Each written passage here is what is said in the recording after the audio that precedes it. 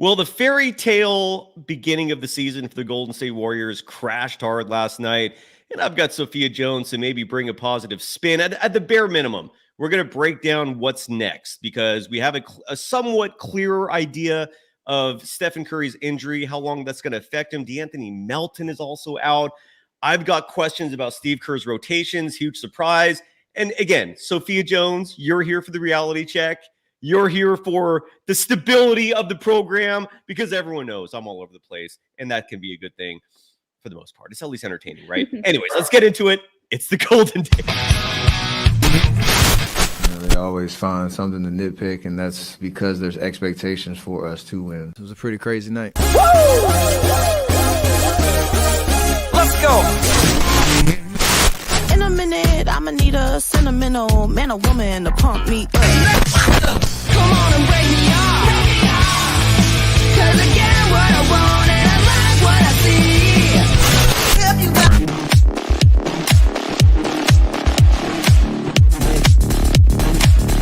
the count music is on for the Warriors in trouble.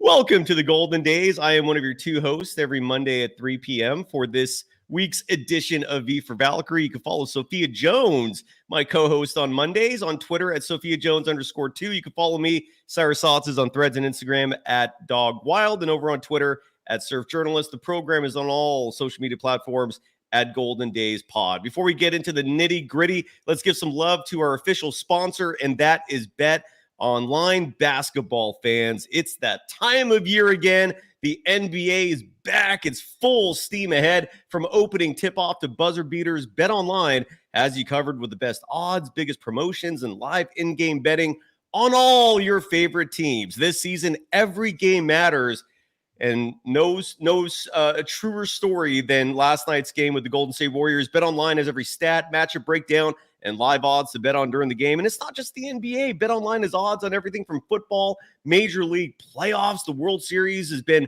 thrilling. The NHL is off. The puck is dropped. It's going full steam. The presidential election is finally, thankfully, almost over. And you could bet on that and so much more. Head to the website today to get in on the action with America's most trusted site for online wagering. Bet Online. The game starts here. Sophia, great to see you. What was your immediate reaction to the Golden State Warriors? Disappointingly, a lot of bad things happened last night. Thankfully, the injuries weren't serious, but still, injuries happened. A loss happened, 112-104. Great to see you. How are you doing, and your reaction to last night's disappointing game? I am doing well, and in regards to last night's game, I was pretty optimistic after two blowout wins. Going into the game versus the Clippers, definitely a little bit more of a tougher team. And it was one of those where you can't necessarily decide how the outcome of a game could have been affected if Steph Curry did not get injured in that fourth quarter. I still think he was playing well, and he definitely would have had an impact, but not a sight that you want to see with Steph's history of recurring ankle injuries. Yeah, it wasn't a good sign. And I think, and I'm looking it up right now because I want to confirm what I believe to be true, which is that when Stephen Curry rolled his ankle for the second time, he rolled his ankle once, came out, you saw him using that device that stretches the calf out, which apparently also works well with his ankle. And so, he never went into the tunnel. He never got any treatment. And then he came back in. And he comes back in and then rolls it again in the fourth quarter. And that the second roll was where a lot of concern emerged. And Stephen Curry did not return, obviously. And the Warriors, I just want to confirm that they were, I believe they were down 2 points when Steph left. And the reason why I think that's important is because this Clippers team, while I'm looking this up real fast. Yeah, so Stephen Curry came into the game at the 8:08 mark. And he left the game. I'm going to find that in just a second. Let me ask you this real fast while I'm looking this up. In your opinion, I think that the general consensus about the LA Clippers before the season started versus now has changed drastically. Most people were not predicting the Clippers to be a serious team this year. I don't know anyone who thought they would make the playoffs, but they beat the Nuggets 2 nights ago. And then they immediately, in a back-to-back, come to San Francisco and beat the Warriors, and they look good. I almost want to give the Clippers more credit for winning that game than blame the Warriors for losing that game. What's your takeaway from watching the Clippers? They look legit. They definitely look legit. And one of my takeaways is that Zubac is definitely going to be a force on that team. He finished with 23 points and 18 rebounds last game, which is a huge stat line. And he's a very big presence. And especially the game before, he's going up against Jokic, the MVP inside center Jokic, and he was able to produce as well. So I feel like with his contributions towards this Clippers team, they'll actually be able to maybe go a little bit deeper than some people are thinking, especially with the revamp of the entire Clippers organization as well. Playing at the insane Intuit Dome that I'm sure we've all seen pictures and videos of. So it could really just be a little bit of a resurgence for this Clippers team that not only is felt in the staff and off the court, but on the court. And you're absolutely right. They look good. They look like a very well coached team. And when you consider that it's not just Ty Lue coaching that team, but Jeff Van Gundy is back in the coaching circle and he's the assistant on that squad. That is a good team. As Gilbert Arbolo mentions in the chat as well, they almost beat the Suns in the first game of the season. They beat the Nuggets. They beat the Warriors. They're legit. So I don't want to beat up on the Warriors too hard for losing a game that was close from beginning to end. They lost the game by 8, which is not a blowout. By the way, when Stephen Curry left the game, it was 95-85, so it wasn't as close as I thought it was. But regardless, the injury is a big deal. And so the Warriors PR released a statement on providing an injury update for both Stephen Curry and another injured point guard, and that is DeAnthony Melton. Both players. Stephen Curry, first of all, got an MRI. The MRI showed no structural damage. Confirmed the injury as a left peroneal strain, which is a fancy name for an ankle sprain. He's going to be reevaluated on Friday. I had very bad ankle issues early in my life playing basketball. I used to roll my ankles a lot. I really sympathize with Steph. I had major reconstructive surgery on both my ankles early in my life, so I get it. It's a nuisance, but the good news is, like, what Steph has done over his career to prevent this from becoming a recurring theme, which was the case early in his career, where he was missing a lot of time. He was getting operations, and he routinely strengthens the muscles and the ligaments around the ankle area, whether it's his calf, whether it's the little muscles in your foot. He does a lot of drills to build strength in the ankle area so that this isn't a recurring thing. Unfortunately, he rolled it twice last night. He's out for an undetermined amount of time. I actually think the DeAnthony Melton situation is a little more concerning because the Warriors spent the mid-level exception on DeAnthony Melton. This is the first time in like 4 or 5 years they had this luxury, this amount of money, which was just shy of $13 million, to get an important player on this team. And when it happened, I was befuddled. I'm like, DeAnthony Melton? I know that the team likes him, and apparently they've been observing him for years from his time playing in Memphis, then in Philly. But he also missed over half the season last year because of a back injury. And he's also going to miss the next 2 games. He's going to get reevaluated on Friday. So the Warriors, for this back-to-back against the Pelicans, don't have Steph and don't have DeAnthony Melton. And again, this is just, makes me wonder, like, why? Why was DeAnthony Melton, of all the players in the NBA that you could have signed, why was he the target when this team desperately needs size? They need durability, and they're getting neither with him. I like what I see so far, but he has to play for his impact to matter. So that's my takeaway from these two. And then the Stephen Curry injury just sucks. But again, what are you going to do? Brandon Podziemski, who we'll talk about in just a moment, will likely be the starter in place of those two. What are your thoughts, Sophia, on the fact that the Warriors are missing 2 of their point guards, 2 pivotal players? With Steph's injury, it's definitely not something that we want to see, especially looking towards last season and a lot of seasons before, where whenever he's out and he has an injury, the Warriors tend to go into a little bit of a slump. So hopefully with the fact that right now he's getting reevaluated Friday, he's going to be out those 2 games versus the Pelicans. But hopefully, since it did just look like a regular sprain that he just rolled his ankle, it will be something that he's not sidelined for too long. However, this is not necessarily the case that we might experience with Melton because it is a recurring back problem, which backs are definitely different than ankles. That's something that can be nagging and persistent. So that is definitely a situation that will need to be monitored.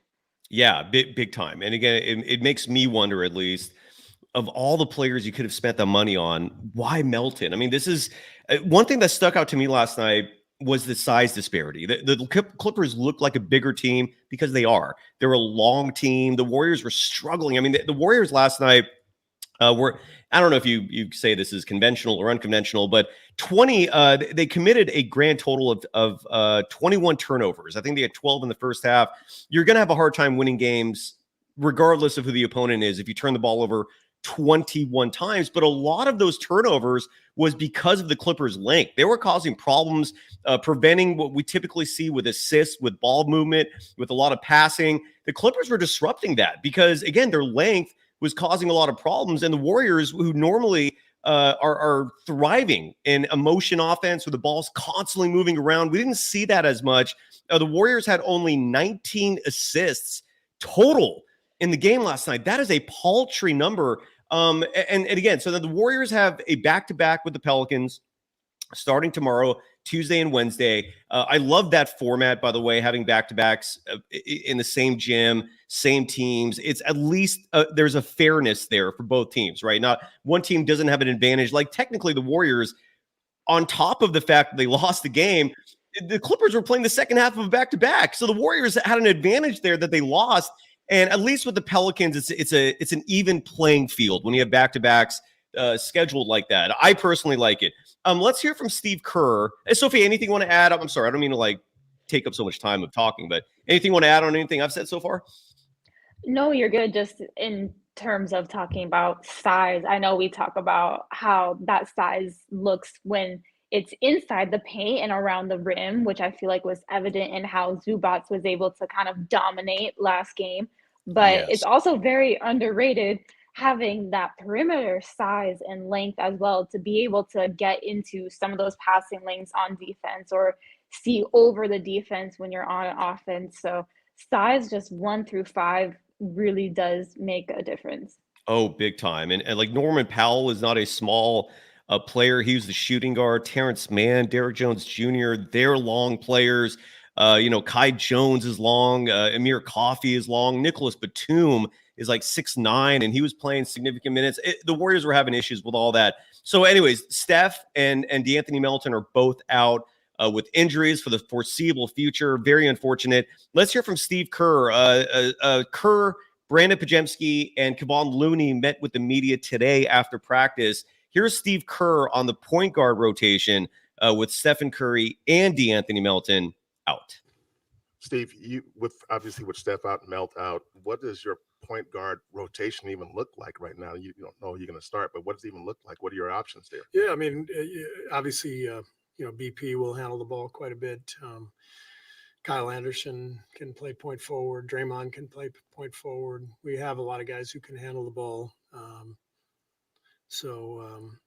Pat will most likely activate Pat tomorrow for an additional ball handler, and we'll go from there. Your thoughts, your reaction, Sophia, to Brandon Podziemski likely getting the nod and Pat Spencer likely getting called up in a reserve role at point guard? It'll be interesting to see how Podziemski steps up into this role, especially after a little bit of a slow start by him so far this season. Maybe it's something where as a starter and as a point guard being able to have the ball in his hands more, he'll be able to kind of get back into that offensive flow. I am interested to see how potentially Pat Spencer could play out in this point guard spot. I mean, I know we just talked about length and size. He wouldn't necessarily fall into that category, but if he produces and hopefully gets that Warriors assist number up, that could be beneficial. And in regards to Kyle Anderson and Draymond Green playing a little bit of point forward, I've always been a fan of the point forward, bringing up the ball system, especially with Draymond. I felt like yesterday's game, there were times where he could have, gotten himself a little bit more involved and just facilitating like we all have seen Draymond been able to do in the past. Mhm. And I think that maybe him getting back into this role could also be a good thing, but it will be an interesting sight to see how it plays out, especially in front of the Pelicans in these next two back-to-back games, because we talk about size, and obviously the Pelicans have Zion Williamson, who's going to be Mm. that dominant inside force. So we'll see how this all transpires. Yeah, the Pelicans' good news is, at least from a height perspective, they're not one of the taller teams in the NBA. But Zion is a beast. Like just following up what you said, he's going to be a menace to deal with. Traveling Urquidez in the chat, a Golden Days are echoing what a lot of people are joking about the day after the Warriors drop in that game. How the Warriors are now tanking for in the capture the flag marathon, referring to Cooper Flag, who will undoubtedly be the top pick in the draft next year. Way too early for that, but it's you say that in jest.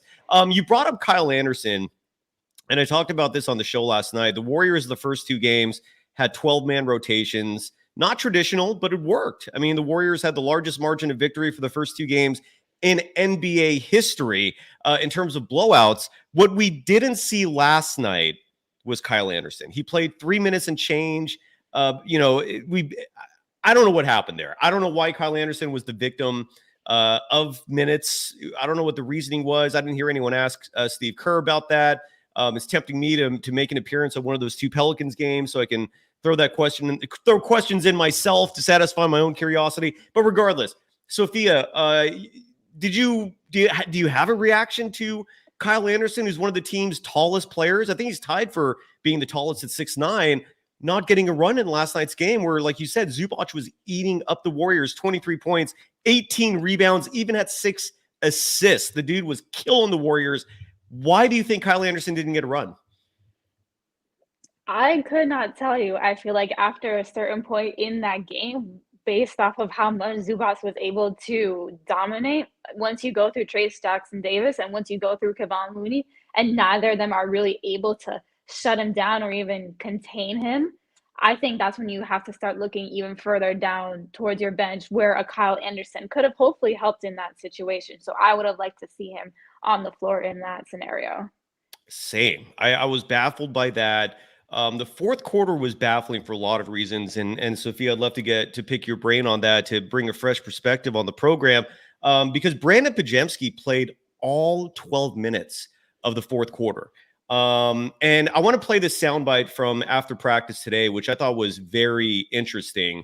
Brandon Podziemski was asked by a media member. I don't know. I forgot who it was, and we'll hear it. So maybe we'll know then. But he was asked about the mask.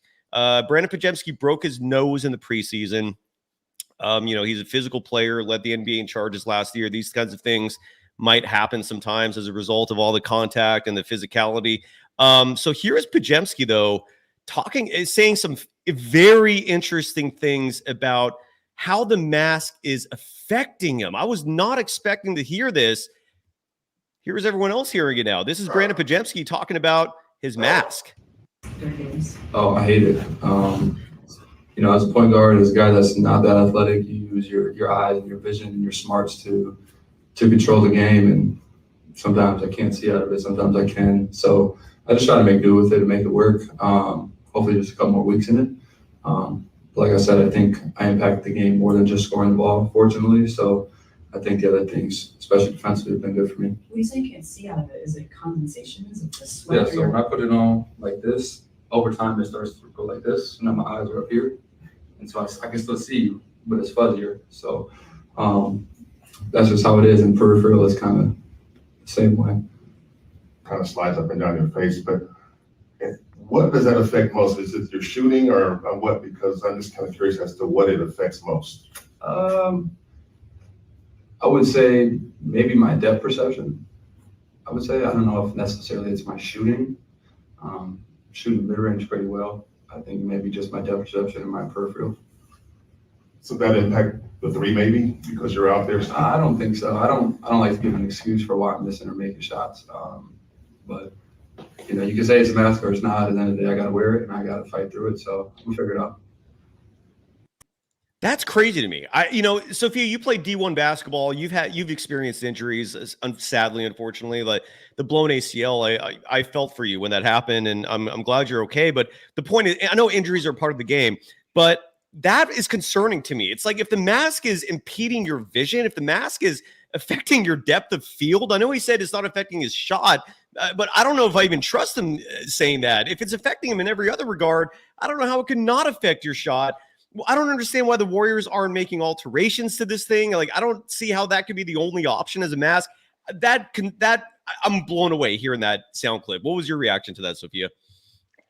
It's really unfortunate. I try not to compare situations too much, but yes, after my ACL tears, I did have to wear a knee brace. And even though everyone made a big deal about how it was light and breathable, which it still impeded a certain aspect of my game, my ability to move and operate on the court, to the point where I actually felt like I had to adapt and change a part of my game, which really could be the same a little bit to Brandon Podziemski with his mask. He talked about his depth perception and peripheral vision, which if you're point guard, which he's going to step into this role while Steph Curry and D'Anthony Melton are out, vision is what you absolutely need as a point guard. So hopefully he did mention that he doesn't want to make excuses for himself. Hopefully that mindset is able to persevere through the agitator that is that mask.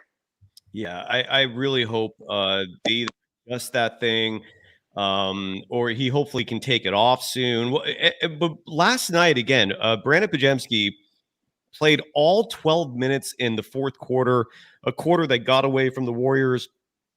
Final score, again, was 112-104. And what bothered me about the fact that Podziemski played all 12 minutes is that in that same quarter, Trayce Jackson-Davis played 0 minutes. And we saw what Zubac was doing. Like Bruce Morrow in the chat wrote that Zubac sunned Trayce Jackson-Davis. Incorrect. The Clippers in that game had runs of 11-0 in the first quarter. They had an 11-1 run in the second quarter. They had a 10-3 run in the fourth quarter. That is 32-4, the Clippers outscoring the Warriors. And guess who was not playing during any of those runs? Trayce Jackson-Davis. Trayce Jackson-Davis last night played a whopping total of 15 minutes, 57 seconds. Your box score will likely say 16 minutes. Kevon Looney played 4 more minutes than him. I understand that Kevon Looney, the play everyone's going to look at was that steal from Harden in the fourth quarter at midcourt, and he took it and drove it all the way for a layup. But what Kevon Looney did not do, which is what's needed from him, is play effective defense on the opposing big. Most of those Zubac buckets were on Kevon Looney. So sorry, Bruce. I strongly disagree with you on that notion there. I don't think Trayce Jackson-Davis got sunned at all. He didn't play at all in the fourth quarter. DNP for the fourth quarter to end the game. Sophia, do you have a reasoning for that? Is there a way you can make me feel better about the fact that I don't like Trayce Jackson-Davis's current usage? 16 minutes to me is not enough when the opposing player's center is destroying you and he's the only option you really have outside of Draymond Green, who we got to talk about in just a moment as well. But what's your reaction to Trayce Jackson-Davis not playing the final quarter of the game? We know Steve Kerr likes his guards and his small ball lineups, but it didn't work last night. Like, it doesn't work a lot of the times. Your reaction to that? Same thing like you saw. I didn't necessarily work. I do feel like not only was it a matter of the one-on-one defense between Zubac and either Kevon Looney or Trayce Jackson-Davis, but the Clippers went to that high pick and roll at the top of the key with James Harden and Zubac a lot. And they had issues guarding that pick and roll and that ball screen action to the point where even if it's not something where Zubac is scoring, just the defense that post player is playing, whether it's a emergency switch or you're supposed to hedge, regardless of what the ball screen defense is, the fact that Looney and Trayce Jackson-Davis, or even more so Looney, it's not just about one-on-one defense. It's about how are you playing in that set, because if you do go over a little bit too much, if you help a little bit too much, that pulls another guard, and then all of a sudden it's swing, wide open shot, which that high pick and roll just, I felt like, was the Clippers' bread and butter, and it really worked against the Warriors. By the way, I apologize. My dog's going to go crazy here in just a minute because someone's driving a tractor by my house, and that's going to drive him nuts. So apologies in advance for the noise. But you know, and this is where, again, in that fourth quarter, I don't understand where Kyle Anderson was. I don't know why, of all the players to not play in this game, he would not have been it for me, because you needed size against this bigger Clippers team. I also want to add in the chat, someone wrote, Ravel 12345 wrote that NBC is saying Curry's only missing 2 games. Incorrect. You interpreted that poorly. What's going to happen is Stephen Curry is going to be reevaluated in 2 games, meaning they're going to give an update on Friday in terms of where he is with his healing and progress. He might play Saturday, but he also might miss 2 weeks. We have no idea what's going to happen. And just to update everyone in terms of what's coming up on the schedule, the Warriors are going to play, again, the Pelicans Tuesday and Wednesday at home. Then they start a road trip at Houston on Saturday. So at a bare minimum, we have to hope that at least D'Anthony Melton joins the team on the trip and can play for that. And the Warriors road trip will include Houston, the Wizards. I would call that a must-win game. Then the Celtics, prepare for the worst. At Cleveland, prepare for the worst. And then they finish up the road trip at OKC. So let's just prepare for 3 brutal games in advance. But the Houston game, the Wizards game, I feel like they have to win. Anything you want to add to that, to what I just said, Sophia? Sorry. With you saying how Steph will be reevaluated on Friday, especially going on that road trip, it could be something that honestly potentially exacerbates his ankle condition, with the amount of mileage that you're putting on, flying in the air, that contributes to the amount of swelling and just the amount of overall time he's just not getting the treatment he might need, which at this point in the beginning of the season, definitely I would say to err on the side of caution. If there is, you know, a little bit of a dip in the Warriors' performance because they're holding him back, at least it is early enough in the season to where hopefully they can make it back up. And you, everything you said there was completely on point. You know, the flying aspect, people forget that does, just like you said, even excellent verbiage, exacerbates the injury. So we shall see. And D'Anthony Melton at 26.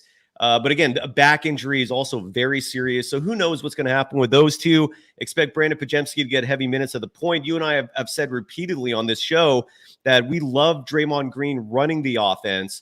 And if that's what happens, if his usage rate goes up, so be it. That's great. That's fine. The Warriors are in good hands. What was your topic that was not touched on much by anybody except for me? I don't feel like anyone else is discussing this. I don't know why, because I thought it was a really eye-opening thing to stick out, which was Draymond Green sitting the final 8 minutes of that fourth quarter. You know, for a team that was struggling with size, you would think Draymond would be used and that he was needed. He got benched the final 8 minutes. The only report I saw was someone tweeted that Steve Kerr reportedly said that the reasoning for that was he wasn't playing well.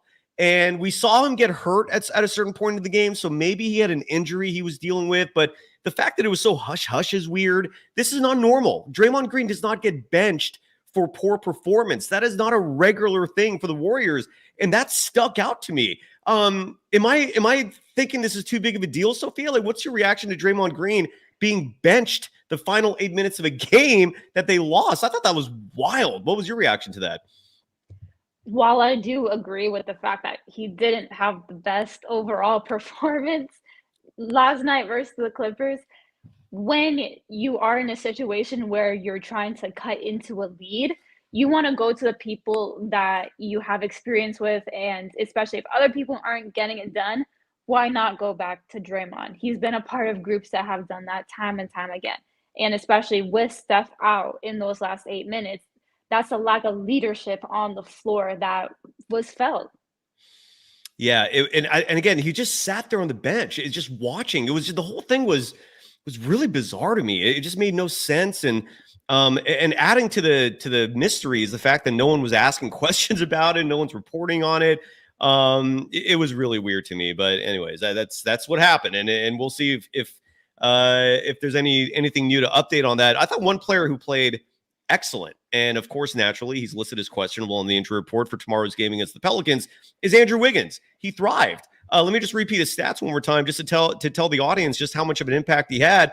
He played 29 minutes. He was 11 of 15 from the field. He was 5 of 8 from deep. His three-point shot is falling this season. Finished the game with 29 points, added 3 rebounds. I think him at the 2 is perfect. We'll talk about Kuminga in just a moment, but your reaction to Andrew Wiggins having a very strong start to the season. Those maybe extra days that he was able to get rest of during the preseason, I feel like is showing now. He really has had a strong start to this season. Even before last night's game, the game before, he had 13 rebounds. So he's really just been all over the court, and I'm very happy to see Andrew Wiggins kind of get back to that form that he used to be in, because that really will be a key piece for the Warriors, especially in potentially this little bit of a rut, having Steph Curry and DeAnthony Melton out, who will be a valuable asset in the backcourt.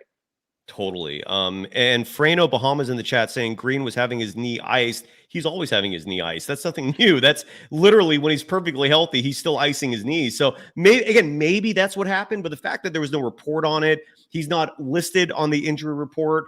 So the whole thing is bizarre. I don't get it. But we'll see what happens. I don't know. With Draymond Green, there's a comment in the chat that Bruce Morrow, look at Bruce all over the place. Bruce is particularly active when you're here, Sophia, because he's a big WNBA fan, and we're going to talk WNBA in just a moment. There's a reason why this show is called V for Valkyries.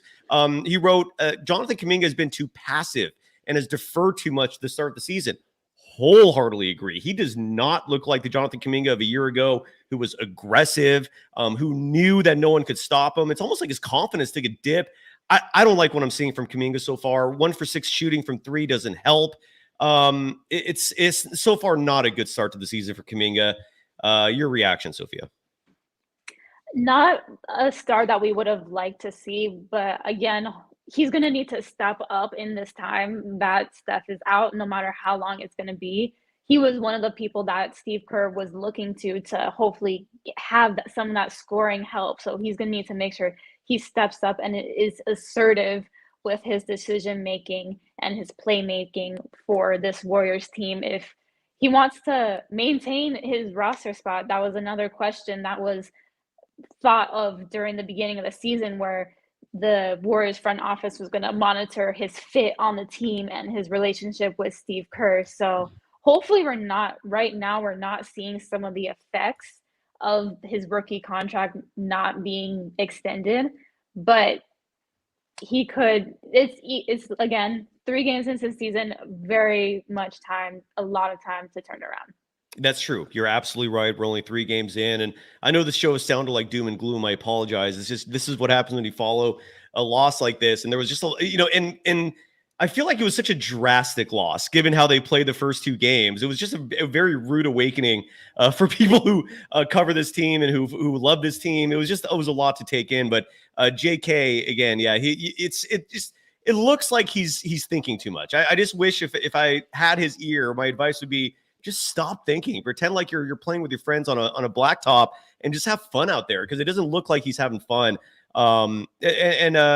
A Doomer Way vibe saying, when is the trade deadline? That's, I believe, February 8th. The Warriors have a lot of time in that department, in case you're curious. I want to play this soundbite real fast from Kevon Looney, and this will be the last of the sound clips we play, just because Looney was also talking to the media after today's practice, and he talked about the injuries that have suddenly befell the Golden State Warriors. They were perfectly healthy the first 2 games, and now they're not. Quick turnaround in terms of injuries. So here is Kevon Looney talking about that and how the team may respond. Looney, we just got some of the injury updates. What do you think about a test of this team's depth heading into only game 4 of the season? I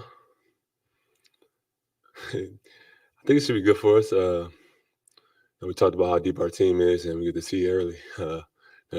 You would hope to have your guys out there, and we're still trying to build our good habits and build our chemistry. But I feel like we're good enough to go out there and get some wins without our main guys, and hopefully we can do that tomorrow. He didn't look super confident saying that. I saw like I hate being a body language doctor. I apologize, but I do that a lot. It's fun to do on a show where we're trying to entertain as much as inform. Your reaction, Sophia, to Kevon Looney talking about the team's depth? It will definitely be a test. They could either pass or fail, but regardless, I do think it's good that if it had to happen, it's at least happening now at the beginning of the season, because you don't know when those 5th, 6th, 7th, 8th men are going to be tested and really thrown into a fire. So having it done now does kind of help this team grow and develop a little bit, which I think that's what Looney was trying to say in that clip a little bit, but that's my reaction to his interview. And that's all we can do is react and give our take on it. I absolutely agree with you. And again, I'm looking at the stat sheet right now, and that fourth quarter just bugs me in terms of the minute distribution. I'm leaning towards that episode that a lot of people have been waiting for. The Steve Kerr's gut episode. I've done all the research. It's ready to go. I'm just waiting for the stock to plummet, and we might get there soon. But that fourth quarter, again, when I'm looking at this, Trayce Jackson-Davis, 0 minutes. I thought Gary Payton II could have taken some of Brandon Podziemski's 12 minutes in that fourth quarter. I mean, Brandon Podziemski couldn't hit anything shooting-wise, so why not bring a better defender out there? Kyle Anderson didn't play at all. Lindy Waters, I mean, if you need shooting, maybe stretch the rotation, bring a 13th guy in there. The Warriors used to do that in 2014-15 with Brandon Rush, who was their 13th player. The point is, the minute thing, they have to make some improvements there, because 12 minutes for Podziemski in the final quarter, none for GP2, none for Trayce Jackson-Davis, none for Kyle Anderson. It just, I don't know, man. I didn't like it that much. You know, Buddy Hield, speaking of crashing down to earth, it sucks, man. I feel like the Clippers really focused on him. Like they were making sure Buddy Hield was not getting his catch and shoot threes. And it worked. I'm not dismayed by that. It's just one game. I feel like it was due. What was your reaction? Any reaction to Buddy Hield finally showing he's human? Finished the game last night with 8 points, 3 of 14 shooting, 1 of 9 from deep in 27 minutes of play. Any worry for Buddy Hield, or is it did you see what I see, which was just a team focused largely on him and now the Warriors have to adjust? My reaction is the same as yours.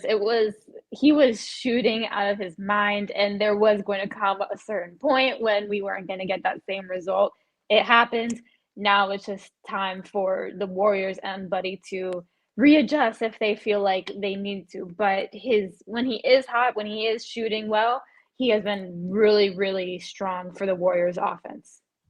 You're absolutely right. And in the chat, I highlighted a few things here. Oh, this is one that I cannot answer well, and I will never for a second pretend I know everything.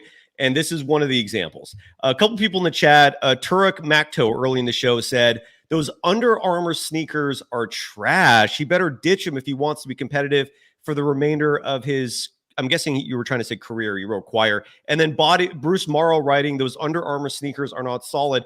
I am not a sneakerhead, Sophia. I owned Jordans when I was, I think, in junior high. And then that was the extent of me caring about, sneakers. I know some people, it's like a religion for them. They collect all of them. Some people think they really make a difference in your performance. I can't answer that. You played D1 college ball, so I'm imagining you are a much more of an expert on this topic than me. Maybe I'm wrong. I don't know. But do you buy into the sneaker hype? Do you think Stephen Curry's sneakers have anything to do with his rolled ankles and performance out there? I actually, last year when I played at San Jose State, we were sponsored by Under Armour. So I actually did play in my fair share of Curry's. And the thing with shoes nowadays is they're all low tops. They're either low or mid tops, which personally I am not super a fan of. Same. But with Steph Curry's shoes, with his shoes, I always felt that they were very comfortable and very light. However, in terms of ankle sprains, with Steph's ankles, like that comment actually just said, I was about to mention his ankle brace. So normally for ankle sprain prevention, players will either get their ankles taped or they'll get a brace, which is just kind of like a wrap around the ankle joint. However, Steph, he has a special where it's almost like a splint. So with his ankle joint, there's like 2 splints, plastic sides on the side, so they prevent that rolling issue. But that I really do think that those ankle splints are one of the reasons that has helped him, because he has been able to have he has had to have that special measure be taken because of his ankle history. You're absolutely right, and those braces normally help, but it didn't last night. We're up against the clock, Sophia. I'm so sorry. Real quickly before we move on, I just want to highlight.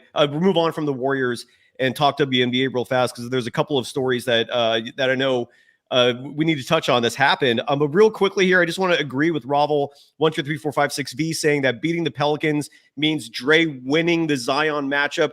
That I'm looking forward to that. And if the logic and reasoning behind sitting Draymond was having him rested for this matchup, maybe they don't want to say that, but if that's the case, and that's the only thing that seems to make sense among all this chaos.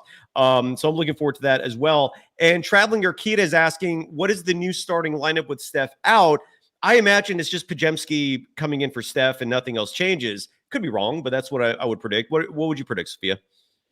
I would say the same thing. Just Podziemski sliding into that point guard position. Yeah, I agree. And again, a lot of comments in the chat about the fact that the big problem with the Warriors is they still don't have a center. And I can't argue with you on that. And I don't understand why the team continues to not place a strong emphasis on giving some reinforcements in the front court. Makes no sense to me either. And again, we'll be back at this live tomorrow. It's Warriors and Pelicans, the first of a back-to-back. Larry Kruger and I are going to be handling post-game on that. Sophia, the WNBA has been riddled with firings. Head coaches are getting canned left and right. What can you make sense of the madness there, Sophia? I mean, some of them I saw coming a little bit. Some of them I was a little shocked by. One of the ones that I did want to touch upon is the firing of Christy Sides, who was the Indiana Fever's head coach. Obviously, during the Fever's season last year, they start off a little bit slow, but they're able to gain their rhythm after the Olympic break and turn around the season from before. However, she is no longer the head coach. But from my sources kind of inside and within the Indiana sources, and you have sources. I just want to make that very clear. You've got connections, Sophia. So I love hearing that. Sorry to interrupt you. Continue on. No, you're good. From sources that I know that are monitoring that head coach vacancy in Indiana, one of the names that I have seen being thrown out is Mike D'Antoni, which he has NBA pedigree. Obviously, he's coached a lot in Europe as well. But from what I've heard, the reason why they could potentially be pushing that certain people is because obviously he's very fast-paced and offensive-oriented, which is exactly like what a player like Caitlin Clark would need to really take her game to that next level. And even with Aaliyah Boston and Kelsey Mitchell, just that entire Fever offense could really benefit from a Mike D'Antoni coaching hire, which, like I said, is just a name that I have been heard thrown out there. This is speculation, exactly. And you've got your birdies chirping, and again, you've got your connections. So I love that, and it's all part of Golden Days, V for Valkyrie. So what's your personal reaction to the possibility of Mike D'Antoni coaching Caitlin Clark? I think that's crazy. Would you like the move? Is that something you support? It would be something that I support. Like I said, he's coached players like the likes of Steve Nash and James Harden. He's coached those MVPs. He's been on very successful teams and franchises. And especially, as I mentioned before, with his fast-paced offense-oriented systems, I think that's something that the Indiana Fever, and especially Caitlin Clark, would be a very good fit for. Traveling Urquita's in the chat is asking if you can clear this up. Did Caitlin Clark sign some huge contract with EU? And forgive my naivety for not knowing what EU is. I'm guessing it's that 3-on-3 league. Is that correct? So that would be the Unrivaled League, but I did not hear anything about her signing a contract with them. Okay. Yeah. Oh no, Traveling Urquita is saying Europe. Okay, I haven't heard that. Did you hear that? I did not hear that. No. Yeah, I don't. That's weird. No, I didn't hear that either. I would be shocked if Caitlin Clark played overseas. She's probably resting, so she can come out and dominate the WNBA next year. Anything else in the WNBA front, Sophia? In terms of news or again, like, what's your explanation for like the amount of coaches that have been canned? Like are these front offices disappointed with their teams? Are these front offices realizing the WNBA is exploding so they could get bigger names and higher qualified individuals? Like, what, in your opinion, what is the rationale for all these firings? Because there's a lot of them. It could potentially be something where they are looking for those names that would help give the league a little bit more of a pedigree.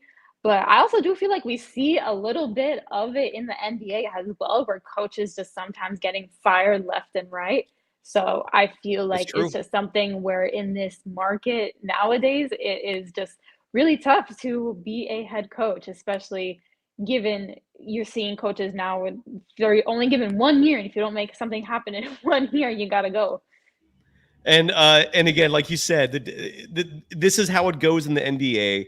Coaches get fired all the time, and the WNBA is growing. It's getting bigger and bigger, and that's part of the deal. As you also get coaches with very short tenures. Any final thoughts before we wrap it up? Traveling Arquita is writing that we've all been chomping at the bit to see Jonathan Kuminga with big minutes, and this is his opportunity. I do agree with you. If he gets the minutes, this is his time to shine, especially with Steph out, with D'Anthony Melton out. Draymond Green's possibly, suffering from some sort of injury. We have no idea what's going on with Dre. That whole thing is a massive mystery to me. But I agree. I think this, if Kuminga is waiting for the opportunity to strike, the iron is hot right now. Do it, kid, please, because he's having a slow start. Any final thoughts from you, Sophia, on Kuminga or anyone else? No, just the fact, like you were saying, with if he's going to not fall into that contract extension year slump, then he needs to make sure that he shows out, especially in the time when there might be a little bit of an opening to take more of those shots and do a little bit more playmaking. Yeah. My Milwaukee Bucks, by the way, are 1-2. They lost to the Bulls. They lost to the Nets. Trade deadline's February 8th. Giannis Antetokounmpo would look amazing in a Warriors jersey. Come on, let's make it happen. I'm just going to throw it out there and dream away. Sophia, you rule. Thank you, as always. Are we good? Are we done? Yep, I think we're done. I think we. Are you in the Bay? And you're in the Bay Area right now? Is that correct? I am. Yes, for the Welcome next back. foreseeable future, I'll be in here in the Bay. Welcome back. It's good to see you here in the Bay. Obviously, we all see you every Monday at 3 p.m. Thank you to the audience. Thank you to everyone. We'll be back at this tomorrow night. Warriors Pelicans postgame with Larry Krueger. Thank you, Sophia. Thank you all. Bye-bye.